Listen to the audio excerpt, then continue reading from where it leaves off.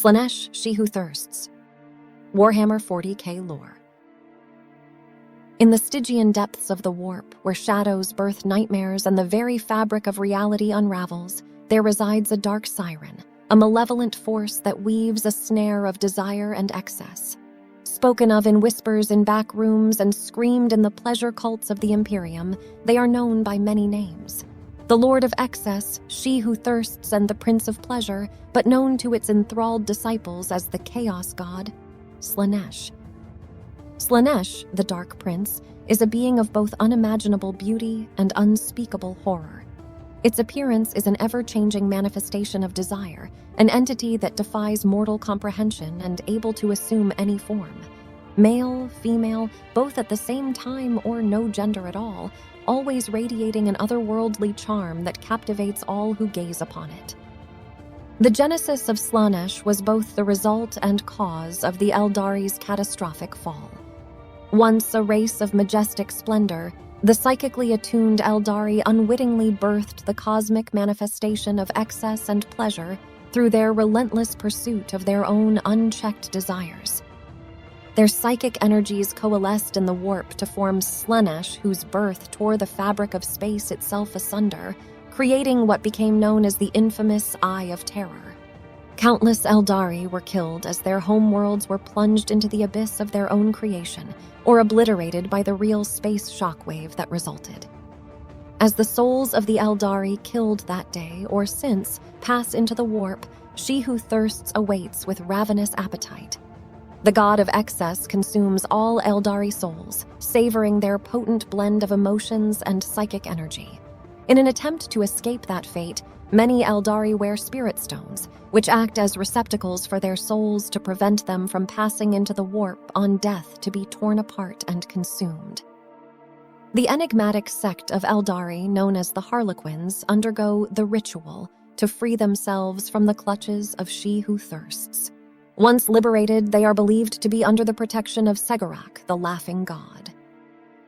Slaanesh harnesses the power hidden within moments of pleasure and bliss, even those of benevolent nature, such as the happiness of parents welcoming their first child, the singer working to perfect their craft, or the swooning of lovers during an embrace.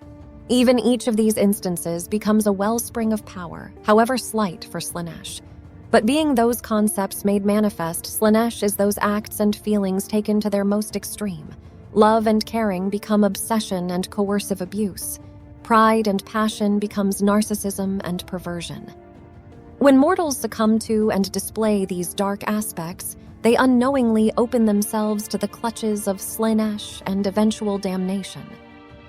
The demonic armies of Slaanesh are known as the Legions of Excess, and there are many mortal beings who willingly choose to embrace the ways of the Dark Prince, either out of hedonistic desires or desperation for a better life.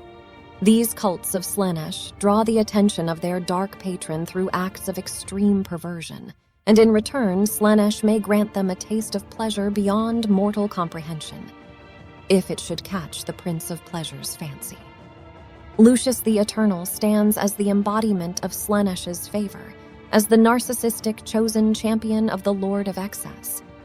Anyone who dares end his life and feels a sinful feeling of pride in doing so becomes an unwitting vessel for Lucius's soul. Their bodies are possessed, their identity erased, and they, in turn, become the reincarnation of Lucius in an endless cycle of temptation, conceit, and destruction. Unlike its chaotic siblings, Slaanesh doesn't try to keep others out of its domain in the realm of chaos. Instead, Slaanesh invites all who dare to venture into its tempting domain. A series of daunting tests await those that do, as they navigate through 6 concentric rings surrounding the Palace of Pleasure where Slaanesh resides. The first ring, known as the Excess of Riches, tempts visitors with a vision of riches beyond the wildest dreams of even the most affluent. The pathways meandering through this realm are paved with cobblestones of precious stones, and the sky above shimmers with diamonds, teasingly close and yet unattainable. By the wayside, loose gemstones and gold nuggets are abundant, beckoning anyone to collect and hoard them. There always seems to be room for one more glittering ruby or pebble of gold. Blinded by their greed, many fail to recognize that not everything that glitters is gold. Bleached bits of bone and other remnants are the plentiful remains of those who stuffed their pockets, pouches, sleeves, and boots with so much gold that they succumbed under its weight. Unwilling or unable to release their grip on the riches, they perished where they fell, smiles frozen on their greedy faces.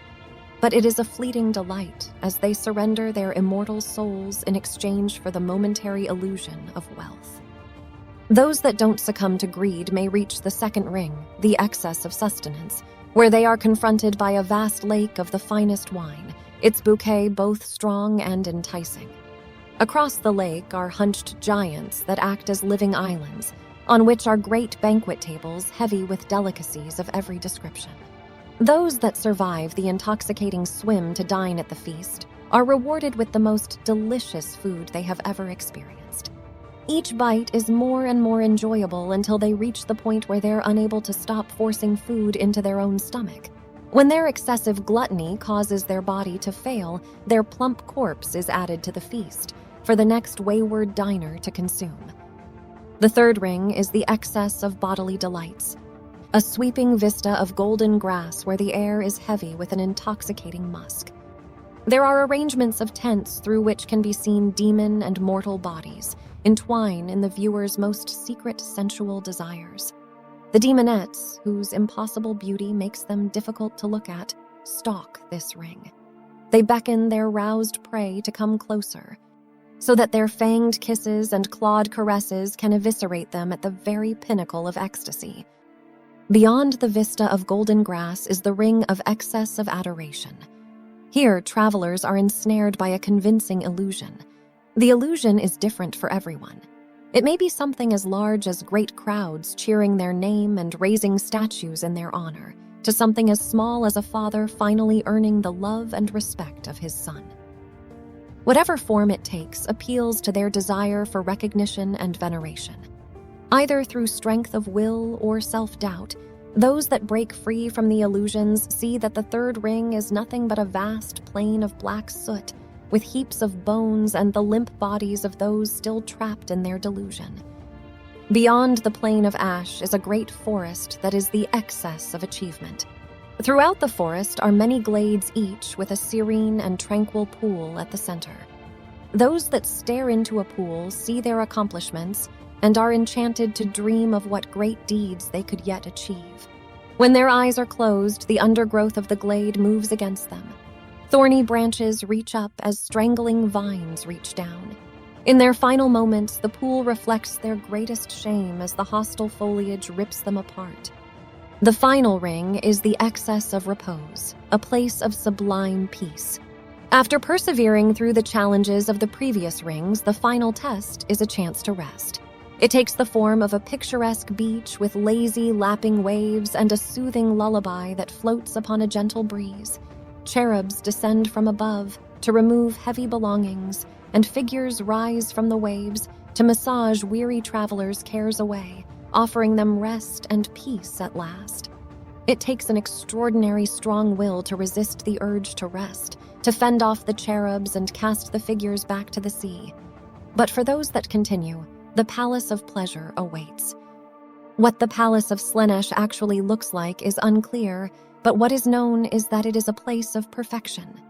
The abode of the Lord of Excess must be majestic and grand beyond all human comprehension, adorned with the most incredible works of art and relics of great singular rarity, such as the last crone sword of Morai Heg. There are no traps or guards to oppose any being that reaches the very home of the Prince of Pleasure, for Slaanesh needs none. For his presence alone is enough to stop any being that trespasses where they do not belong. For all that look upon such true, flawless perfection as the Dark Prince become his willing slaves. Beware, mortal soul, for Slaanesh beckons from the shadows. The seductive whispers of she who thirsts echo through the corridors of desire. Are you a willing supplicant or an unwitting pawn in the cosmic game? Do you possess the strength to navigate the treacherous rings of excess that surround the Palace of Pleasure? Pray that you never have the chance to find out. For once lured into the embrace of Slaanesh, escape becomes a distant dream, and damnation an inescapable reality. I hope you enjoyed the video. If you did, please give a like and subscribe to become a part of our ever-growing Imperium of subscribers.